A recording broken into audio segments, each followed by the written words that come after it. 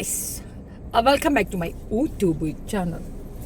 Actually Diya കൃഷ്ണയുടെ ഒരു video ഞാൻ ചെയ്യാൻ മറന്നുപോയതല്ല, കുറച്ച് സമയം കിട്ടാത്തത് കൊണ്ടാണ്. അത് മാത്രമല്ല, ഞാൻ നേരത്തെ ഇട്ട വീഡിയോയിലകത്ത് ചാനൽ നിർത്തുന്നു കേട്ട ഉടനെ എല്ലാവരും ഒന്ന് മനസ്സിൽ ഇടപൊട്ടിയോ, കുറേ പേരൊന്ന് ടെൻഷൻ അടിച്ചു. അയ്യോ സത്യമായി ഞാൻ വെറുതെ പറഞ്ഞതാണ്, ഞാൻ ചാനൽ എന്തിനു നിർത്തണം, ചാനൽ നിർത്തേണ്ട ആവശ്യമൊന്നുമില്ല. അത് കേൾക്കുമ്പോൾ ചിലർക്കൊക്കെ മനസ്സിലൊരു ലഡു പൊട്ടത്തില്ലേ, ചുമ്മാ പൊട്ടട്ടെ, അങ്ങനെ പൊട്ടട്ടെ, കുരുക്കളൊന്നായി പൊട്ടട്ടെ. ഞാൻ വന്നത് ദിയ കൃഷ്ണയുടെ വിഷയമാണ്, നമുക്ക് അതിനകത്തേക്ക് പോകാം. ദിയ കൃഷ്ണയുടെ വിഷയം പറയുമ്പോഴത്തേക്ക് അശ്വിൻ ഗണേഷിനെ പറ്റിയിട്ടാണ് പലരുടെയും കമൻസ്. ഞാനത് ആ വീഡിയോ ശ്രദ്ധിച്ചിരുന്നു. ആരുടെ, നമ്മുടെ ഈ പറയുന്ന ലേഡി ഉണ്ടല്ലോ, നമ്മുടെ സിന്ധു കൃഷ്ണയ്ക്ക് കേക്ക് വായിൽ വെച്ച് കൊടുക്കുന്നൊരു സിനാരിയോ. സിന്ധു കൃഷ്ണ ശരിക്കും അങ്ങോട്ട് ചമ്മി കുത്താമ്പാളം എടുക്കുന്ന ഒരു സീനുണ്ടായിരുന്നു. അത് കണ്ടപ്പോഴത്തേക്ക് സത്യം പറഞ്ഞു കഴിഞ്ഞാൽ മെൻ്റലി ഞാൻ കുറച്ച് സാറ്റിസ്ഫൈഡായ. എന്താണെന്നറിയാമോ, ഇപ്പോൾ അവർ ഈ മക്കൾക്ക് വേണ്ടിയിട്ട് സ്വന്തം അമ്മയെ തള്ളി പറയുമ്പോൾ ആ മക്കളിൽ നിന്ന് ഇങ്ങനെ ഒരു പ്രതികരണം കിട്ടുമ്പോൾ ശരിക്കും അതെന്താ പറയണേ, കർമ്മഫലമെന്നോ അങ്ങനെ എന്ത് വേണമെങ്കിലും പറയാം. പക്ഷേ അതിനേക്കാൾ ഉപരി പോയിന്റ് ഔട്ട് ചെയ്യേണ്ട മറ്റൊരു കാര്യമുണ്ട് ഇവിടെ. Diya in A serious trouble. സത്യമായിട്ടും ദിയയ്ക്ക് അങ്ങനെ ഒരു ട്രബിൾ ഉള്ളതുപോലെയാണ് എനിക്ക് ഫീൽ ചെയ്തത്. ഈ പോസ്റ്റ്മോർട്ടം ഡിപ്രഷൻ എന്ന് പറയുന്നത് നമുക്കാർക്കും മനസ്സിലാകത്തില്ല നമുക്കിങ്ങനെ ഒരു പ്രോബ്ലം ഉണ്ടെന്ന്. മിക്ക പെൺകുട്ടികൾക്കും അത് അറിയത്തില്ല. പണ്ട് കാലഘട്ടങ്ങളിൽ അത് ഭയങ്കര സിവിയർ ആയിട്ടുണ്ടായിരുന്നു. പക്ഷേ അതൊരു പരിധി വരെ പരിഹരിക്കപ്പെട്ടിരുന്നത് ഈ ഒത്തിരി സ്ട്രെസ് അനുഭവിക്കുന്ന പെണ്ണുങ്ങൾക്ക് ഈ ചെറുതൊരു വലിയ കാര്യമായിട്ട് തോന്നത്തില്ല. പക്ഷേ ഇന്നത്തെ ജനറേഷനിൽ ഇപ്പോഴത്തെ ഒരു കിഡ്സിൻ്റെ ഒരു പ്രോബ്ലം എന്ന് പറഞ്ഞാൽ ഇച്ചിരി പോലെ സാധനം മതി, അവരുടെ മെൻ്റൽ കപ്പാസിറ്റി ഭയങ്കര വീക്കാണ്. അങ്ങനെയുള്ളവർക്കാണ് പെട്ടെന്ന് ഈ ഡിപ്രഷൻ എന്ന് പറയുന്ന സാധനം പെട്ടെന്ന് ഇടിച്ച് കയറുന്നതും. അത് കാര്യമായിട്ടുണ്ട് ദിയയ്ക്ക്. ആൻഡ് എല്ലാവരുടെയും കുറേയധികം പേരുടെയൊക്കെ വീഡിയോസ് ഞാൻ ശ്രദ്ധിച്ചിരുന്നു. ആ വീഡിയോസിനകത്തൊക്കെ തന്നെ ദിയയെ എടുത്ത് വെച്ച് കൊടുക്കുന്ന ഒരു സീനാണ് കാണുന്നത്. ദിയ പറയുന്നത് ശരിയല്ല, ദിയയുടെ ഭർത്താവിൻ്റെ വീട്ടുകാരെ ചേർത്ത് പിടിക്കുന്നില്ല, അങ്ങനെ തുടങ്ങിയ കുറേ കാര്യങ്ങളാണ് പറയുന്നത്. ആക്ച്വലി ഈ ഒരു പരിധി വരെ ഇപ്പോൾ പഴയ കാലത്തുള്ള കാരണവന്മാരൊക്കെ പറയുന്ന ഒരു റീസൺ, പെണ്ണുങ്ങൾക്ക് അധികം ബലം കൊടുക്കണ്ട, പെണ്ണുങ്ങൾക്ക് അധികം എഡ്യൂക്കേഷൻ കൊടുക്കണ്ട, പെണ്ണുങ്ങൾക്ക് അധികം സ്ട്രെങ്ത് കൊടുക്കണ്ട എന്ന് പറയുന്നതിൻ്റെ ഒരു റീസൺ എന്തെന്ന് പറഞ്ഞു കഴിഞ്ഞാൽ പെണ്ണുങ്ങൾ ഇതുപോലെ തോന്നിവാസം പറയും, തോന്നിവാസം ചെയ്യും എന്നുള്ളതാണ്. തോന്നിവാസം എന്നെ മീൻസ് ആ കുടുംബത്തിലുള്ള ബാക്കിയുള്ള അംഗങ്ങളുടെ കാര്യമാണ്. പെണ്ണിനത് സ്വയം പര്യാപ്തത നേടിയതിൻ്റെ ഗർവമാണ്. സെൽഫ് റെസ്പെക്റ്റുള്ള ഒരു പെണ്ണ് അങ്ങനെ സംസാരിക്കുള്ളൂ. കാരണം she is the one who is earning there. നല്ലൊരു ഏർണിംഗ് മെമ്പറാണ്. ഹസ്ബൻഡ് അവളുടെ ലൈഫിലേക്ക് വന്നപ്പോൾ അയാൾ ആ ജോലി ഉപേക്ഷിച്ചിട്ട് അവളുടെ ആ ബിസിനസ്സിലേക്ക് വരാൻ തക്കവണ്ണം അവളൊരു ബിസിനസ് ഉണ്ടാക്കി വെച്ചത് കൊണ്ടാണ് ആ ഒരു സക്സസ് അവൾക്ക് ഉണ്ടാക്കാൻ പറ്റിയത്. അപ്പോൾ അവളുടെ അഭിപ്രായങ്ങൾ നല്ല സ്ട്രെങ്ത് ഉള്ള അഭിപ്രായങ്ങളായിരിക്കും. സോറി, ഞാൻ റോഡ് സൈഡിലാണ്, അതുകൊണ്ടാണ് ഈ സൗണ്ട് കേൾക്കുന്നത്, ഇഗ്നോർ ചെയ്യുക.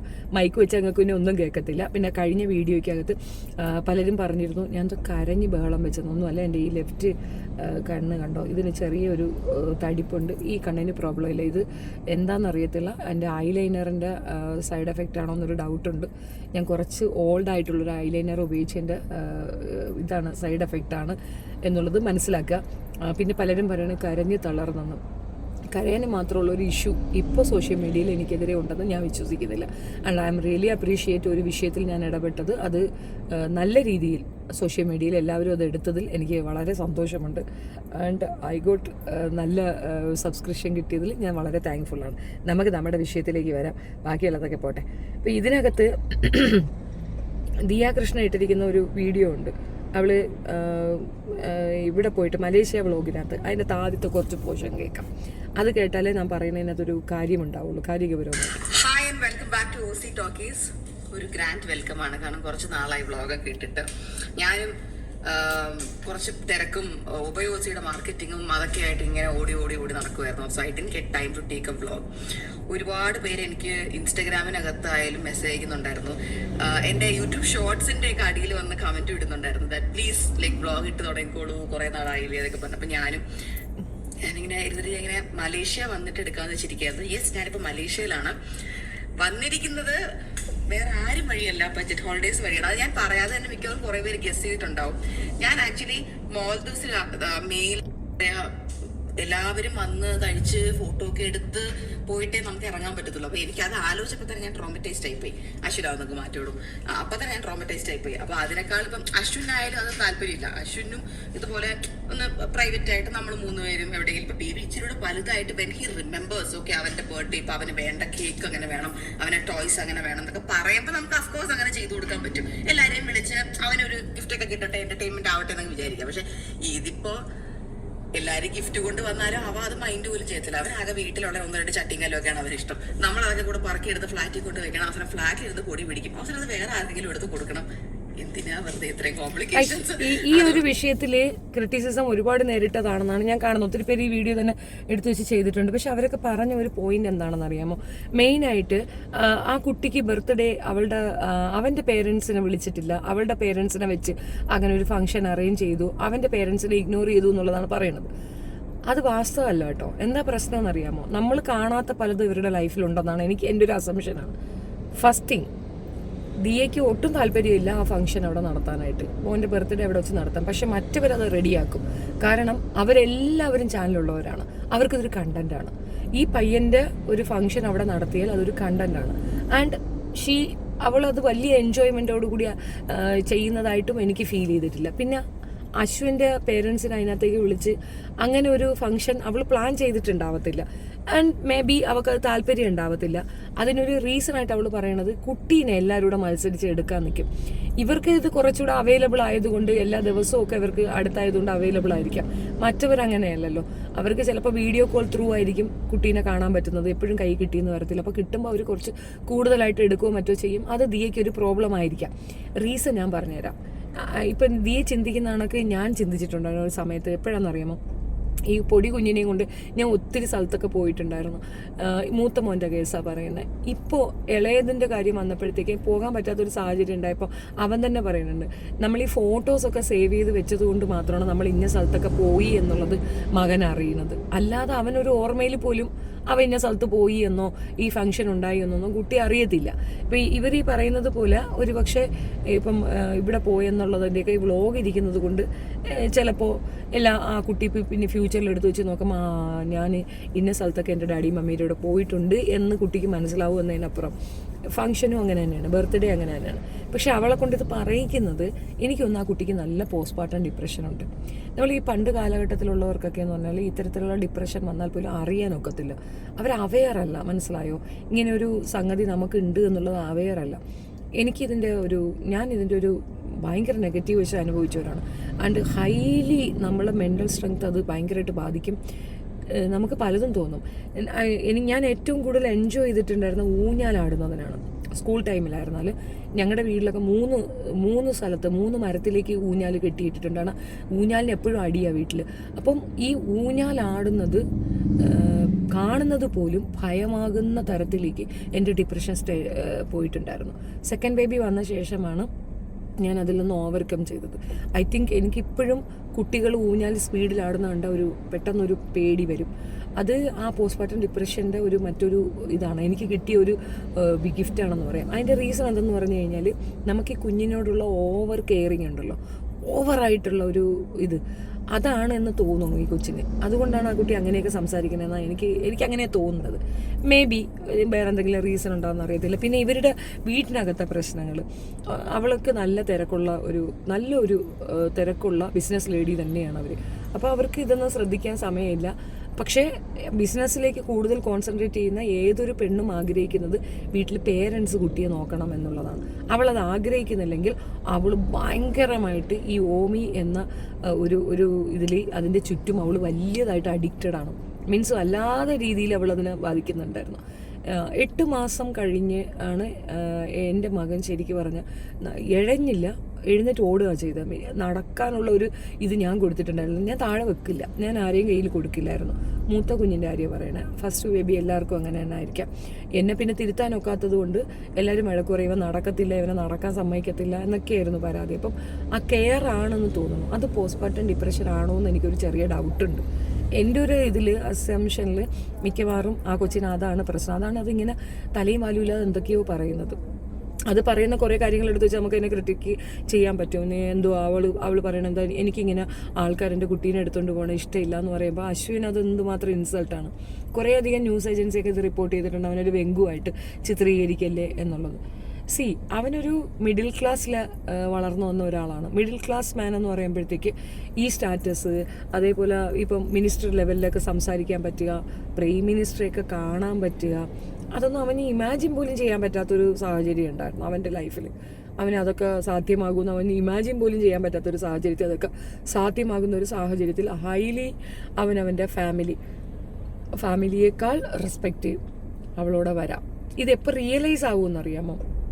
ഇതങ്ങ് ഹൊറിബിളാകും.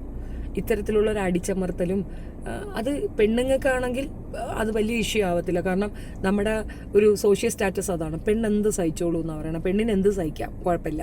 അതേസമയം ആണുങ്ങളുടെ കാര്യം വരുമ്പോഴത്തേക്ക് അത് കുറേ കഴിയുമ്പോൾ ട്രബിളാവും. പിന്നെ അവൻ്റെ ഏറ്റവും നല്ല സുഹൃത്തെന്ന് പറയുന്നത് ദിയയാണ്. ദിയെ അവൻ സുഹൃത്തായി കണക്കാക്കുമ്പോൾ തന്നെ മറ്റ് സുഹൃത്തുക്കൾ കൂടുതലില്ല, അവരുമായിട്ട് കിടന്നിട്ടുള്ള സംസാരമില്ല, അവർ കുത്തി ഇതിനകത്ത് സ്ക്രൂ വയ്ക്കുന്ന പരിപാടിയില്ല. And they're strong enough to face anything. അപ്പോൾ അതാണ് അവർക്കിടയിൽ നടക്കുന്നതെന്നാണ് ഞാൻ മനസ്സിലാക്കുന്നത്. അല്ലാതെ ആ ചെറുക്കനിക്ക് ഇതില്ലാഞ്ഞിട്ടല്ല. അന്ന് ഞാൻ മുൻപൊരു വീഡിയോ ഞാൻ കണ്ടിരുന്നു, ഇവൻ എവിടെ നിന്നൊക്കെയോ കുറേ ട്രോഫിയൊക്കെ കൊണ്ടുവന്ന് ടേബിളിൽ വയ്ക്കുമ്പോൾ സിന്ധുവൊക്കെ മൈൻഡ് പോലും ചെയ്യുന്നില്ല. ആൻഡ് അവർക്കതൊരു വലിയ കാര്യമായിട്ട് തോന്നുന്നില്ല. എപ്പോഴാണ് നമ്മൾ വീട്ടിലെ മരുമക്കളോട് മോശമായി പെരുമാറുന്നതെന്നറിയാമോ? നമ്മുടെ മക്കളോട് അസൂയുള്ളപ്പോഴാണ്. ദിയയോട് ഒരു അല്പമെങ്കിലും കരുതലോ സ്നേഹമോ ഉണ്ടെങ്കിൽ ആ മരുമകന് കൊടുക്കേണ്ട അത്രയും റെസ്പെക്റ്റ് കൊടുക്കും. കാരണം അവൻ്റെ ഹാപ്പിനെസ്, അവനോട് നമ്മൾ കാണിക്കുന്ന ആ മര്യാദയാണ് നമ്മുടെ മകൾ അനുഭവിക്കാൻ പോകുന്ന സന്തോഷം. അങ്ങനെ ബോധ്യമുള്ള ഒരു മരുമക്കളെ ഇൻസൾട്ട് ചെയ്യത്തില്ല. നമ്മൾ എത്രത്തോളം അവരെ ഇൻസൾട്ട് ചെയ്ത് ഇടിച്ച് താഴ്ത്തതാകുമ്പോൾ നമ്മുടെ മകളോടുള്ള ആറ്റിറ്റ്യൂഡാണ്. സെയിം തിങ് തന്നെയാണ് ആൺകുട്ടികളുടെ ഇതിൻ്റെ കൂടെ കാണിക്കുന്നത്. ഇപ്പം നമ്മുടെ വീട്ടിലേക്ക് ഒരു കുട്ടീനെ വരിക എന്ന് വയ്ക്കാം, ആ കുഞ്ഞിനോട് മോശമായി നമ്മൾ ബിഹേവ് ചെയ്താൽ നമ്മൾക്ക് നമ്മുടെ മകൻ സന്തോഷമായി ഇരിക്കുന്നത് താല്പര്യമില്ലെന്നാണ് അർത്ഥം. നമ്മുടെ മകൻ സന്തോഷമായിരിക്കണമെങ്കിൽ നമ്മൾ ആ കുട്ടിയുടെ പീസ് ഓഫ് മൈൻഡും കൂടെ കൺസേൺ ചെയ്യണം. അത് ചെയ്യാത്ത ഓരോ പേരൻസിനും സംഭവിക്കുന്ന ബുദ്ധിമുട്ടാണിത്. സോ ഈ ഒരു വിഷയത്തിൽ ഒരുപാട് പേര് പറയുന്ന കണക്ക് ദിയയുടെ അഹങ്കാരം, അതെനിക്ക് ഇതിനകത്ത് ഫീൽ ചെയ്യുന്നില്ല. അരഗൻ്റാണ്, അത് യാണിങ് ആയിട്ടുള്ള സെൽഫ് റെസ്പെക്റ്റുള്ള കോൺഫിഡൻ്റ് ആയിട്ടുള്ള ഒരു പെൺകുട്ടിയുടെ ഇതാണ്. അവളുടെ ഒരു സെൽഫ് കോൺഫിഡൻസ് ആണ് അതിനകത്ത് വർക്ക് ചെയ്യണമെന്നാണ് എനിക്ക് തോന്നിയിട്ടുള്ളത്. ഈ കുട്ടിക്ക് പോസ്റ്റ്മോർട്ടം ഡിപ്രഷൻ ഉണ്ട്. അത് ഞാൻ മുൻപും ശ്രദ്ധിച്ചൊരു കാര്യമാണ്. ഇതിൻ്റെയൊക്കെ സിംറ്റംസ് എന്താണെന്ന് എനിക്കറിയത്തില്ല. ആക്ച്വലി എനിക്കതുണ്ടായിരുന്നു. ഞാൻ അനുഭവിച്ച പ്രശ്നം, ഒരു മേശ പോലും വലിക്കുന്നതിനോട് എനിക്ക് വിയോജിപ്പായിരുന്നു. കുട്ടി താഴെ വീഴുമെന്ന് പേടിച്ചിട്ട് എപ്പോഴും കുഞ്ഞിനെയും ചുമന്നുകൊണ്ട് നടക്കും. താഴെ വെക്കൂല, പേടിയാണ് കൊച്ചു താഴെ വീഴുമോ. പിന്നെ കാറ്റടിച്ചാൽ പേടി വരുമായിരുന്നു. ഊഞ്ഞാൽ കണ്ടാൽ എനിക്ക് ബോധം പോകും. എന്നുവെച്ചാൽ കുട്ടിയുടെ പുറത്തേക്ക് ഊഞ്ഞാൽ ഇങ്ങനെ പാറി വന്ന് ഇടിക്കുമോ, എൻ്റെ കുട്ടിയുടെ മുഖത്ത് ഇടിക്കുമോ, അങ്ങനെയൊക്കെ നമുക്ക് ഒരുപാട് ഓവറാണ്. പലരും മരണം വരെ സംഭവിക്കാറുണ്ട് ഈ ഡിപ്രഷൻ കറക്റ്റായിട്ട് ഫോളോ അപ്പ് ചെയ്തിട്ടില്ല ചില.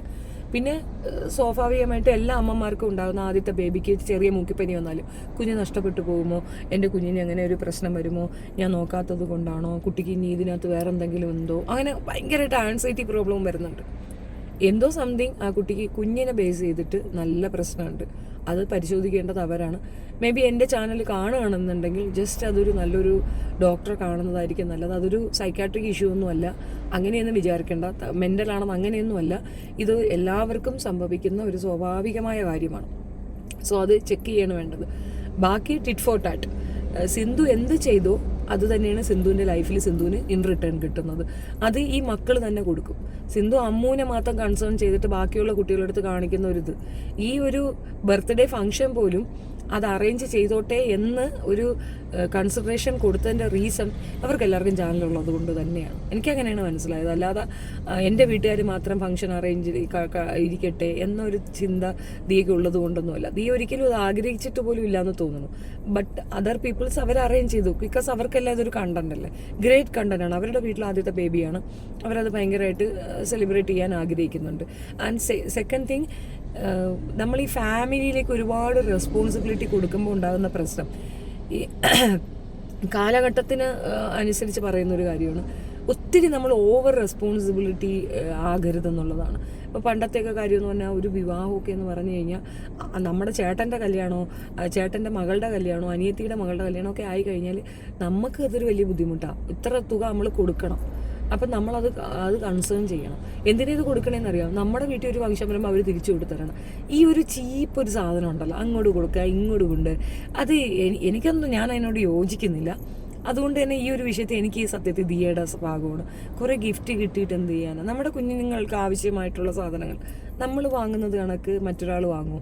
അവരിനി ഒരെണ്ണം കൊണ്ടു തന്നു കഴിഞ്ഞാൽ അതൊരു ബേർഡനാണ്. ബിക്കോസ് അവരുടെ കുട്ടിക്ക് ഒരു ഫംഗ്ഷൻ വരുമ്പം തുല്യമായതോ അല്ലെങ്കിൽ അതിനേക്കാൾ ഒരു പടി കൂടുതലായതോ നമ്മൾ കൊടുക്കേണ്ടി വരിക എന്ന് പറയുന്നത് അതൊരു വിസിബിളായ റൂളല്ല, ഇൻവിസിബിൾ റൂളാണ്.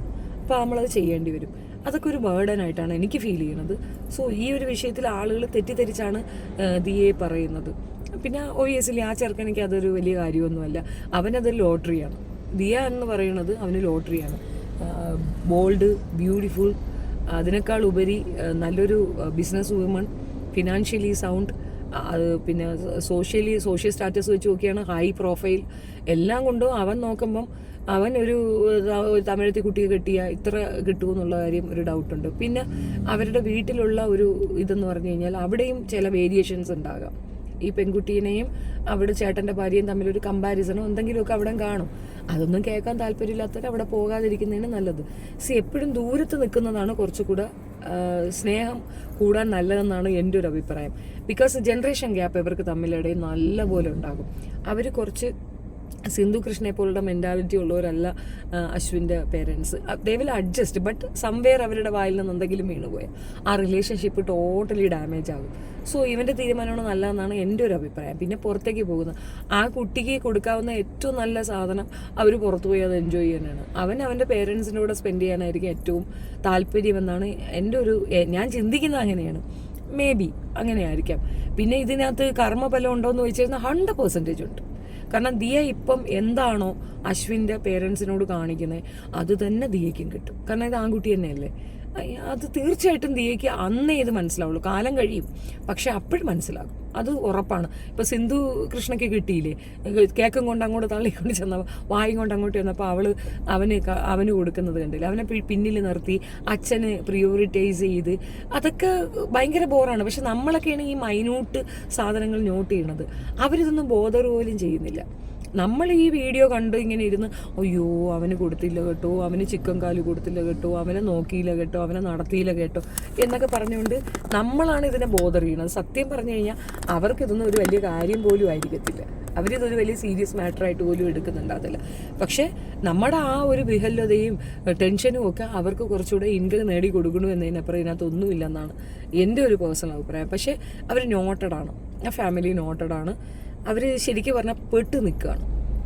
എങ്ങോട്ട് തിരിഞ്ഞാലും അവർ കാണിക്കുന്നതിനൊക്കെ പ്രോബ്ലംസ് വരാനുള്ള എല്ലാ ചാൻസും ഉള്ള ഇതായിട്ടാണ് എനിക്ക് ഫീൽ ചെയ്തത്. അപ്പോൾ എൻ്റെ അഭിപ്രായം ഇതിനകത്തൊന്ന് പറയണമെന്ന് തോന്നിയത് കൊണ്ട് ഞാനൊരു വീഡിയോ ചെയ്തു എന്നേ ഉള്ളൂ. ഇന്ന് ഞാൻ കുറേ തിരക്കുകളായതുകൊണ്ടാണ് വീഡിയോസ് ഒന്നും ഇടാതിരുന്നത്. ഞാൻ പറഞ്ഞല്ലോ, നമ്മളൊരു വിഷയത്തിൽ ഇറങ്ങുമ്പോൾ നമുക്കും കുറച്ച് സ്ട്രഗിളൊക്കെ ഉണ്ടാകും. ആ സ്ട്രഗിളാണ്. ആൻഡ് കണ്ണിൻ്റെ കാര്യം ഞാൻ വീണ്ടും പറയണേ, എല്ലാവരും ശ്രദ്ധിക്കുക. എനിക്ക് തോന്നുന്നു എൻ്റെ കണ്ണിന് ഞാൻ ഉപയോഗിച്ച ആ ഒരു കാജലിൻ്റെ ഇഷ്യൂ ആണ്. കുറേ പഴയ കാജലായിരുന്നു. അത് ബാഗിൽ വേറെ കാജലില്ലാത്തതുകൊണ്ട് എടുത്ത് ഇട്ടതേ എനിക്ക് ഓർമ്മയുള്ളൂ. അപ്പം തുടങ്ങിയ ഒരു അലർജിക്കാണ്. അതാണ്. ഇനി ഞാൻ കരഞ്ഞ് നിലവിളിച്ചെന്ന് പറഞ്ഞുകൊണ്ട് വരടും ദയവ് ചെയ്തിട്ട് ഷെഫീന ബീവിയെ കരയിക്കാനായിട്ട് ഒത്തിരി പേര് കാത്തിരിക്കണമെന്ന് എനിക്കറിയാം. എനിക്കങ്ങനെ പെട്ടെന്നൊന്നും കരച്ചിൽ വരത്തില്ല. വന്നാൽ വല്ലാത്തൊരു കരച്ചിലൊക്കെ വരും. പക്ഷേ എനിക്ക് ഇപ്പോഴത്തെ വിഷയങ്ങളിലൊന്നും കരച്ചിലൊന്നും വരുന്നില്ല. ചാനൽ ഞാൻ നിർത്തുമെന്ന് പറഞ്ഞാൽ ചുമ്മാ പറഞ്ഞതാണ്. അങ്ങനെ ഞാൻ ചാനലൊന്നും നിർത്തി പോകാൻ ഞാൻ ഉദ്ദേശിക്കുന്നില്ല. അതൊക്കെ നിങ്ങൾ വേറെ ആരെങ്കിലുമൊക്കെ പോയി പേടിപ്പിക്കും. എനിക്കതൊന്നും ഒരു വിഷയമല്ല. അപ്പോൾ ആ വിഷയത്തിലേക്കൊന്നും നമ്മളിനി കൂടുതൽ കോൺസെൻട്രേറ്റ് ചെയ്യുന്നില്ല. അതിനെപ്പറ്റിയൊന്നും മറുപടി പറയുന്നില്ല. മറുപടിയൊക്കെ നിയമം മൂലം നടക്കട്ടെ. നിയമപരമായിട്ട് തന്നെ അത് നേരിടാനാണ് ഞാൻ തീരുമാനിച്ചിരിക്കുന്നത്. എന്നെപ്പറ്റി മോശം അപരാധം പറഞ്ഞു കഴിഞ്ഞാൽ തീർച്ചയായിട്ടും ഞാൻ നിയമപരമായിട്ട് നേരിടുള്ളൂ. ജെന്യൂനായിട്ടുള്ള ക്രിറ്റിസിസമൊക്കെ ഞാൻ ആക്സെപ്റ്റ് ചെയ്യും. അല്ലാതെ ചുമ്മാ തെറി പറയുന്നവർക്കെതിരെ തീർച്ചയായിട്ടും അത്തരത്തിൽ തന്നെ ഞാൻ ചെയ്യും. ഇനിയിപ്പോൾ ഞാൻ ചെയ്തതിന് അവർക്കും കൊടുക്കാമെന്നുള്ളതേ ഉള്ളൂ. അത് ഞാൻ ഫേസ് ചെയ്യാൻ തയ്യാറ് തന്നെയാണ്. അപ്പോൾ ശരി, എൻ്റെ വീഡിയോ ഇഷ്ടപ്പെടുകയാണെങ്കിൽ തീർച്ചയായിട്ടും നിങ്ങൾ ലൈക്ക് ചെയ്യണം, ഷെയർ ചെയ്യണം, ആൻഡ് സബ്സ്ക്രൈബ് ചെയ്ത് കൂടെ കൂട്ടണം. താല്പര്യമുള്ളവർ ചെയ്താൽ മതി, അല്ലാത്തവർ ചെയ്യണമെന്നില്ല. നിങ്ങളുടെ ഈ വീഡിയോയുടെ ബേസ് ചെയ്തിട്ടുള്ള നിങ്ങളുടെ അഭിപ്രായം തീർച്ചയായിട്ടും കമൻറ്റിൽ പറയണം. ആൻഡ് റുഹി ജാൻ്റെ വീഡിയോ ഞാൻ കണ്ടിരുന്നു. അതിന് ഞാൻ തീർച്ചയായിട്ടും വീഡിയോ ചെയ്യുന്നതായിരിക്കും. Thank you.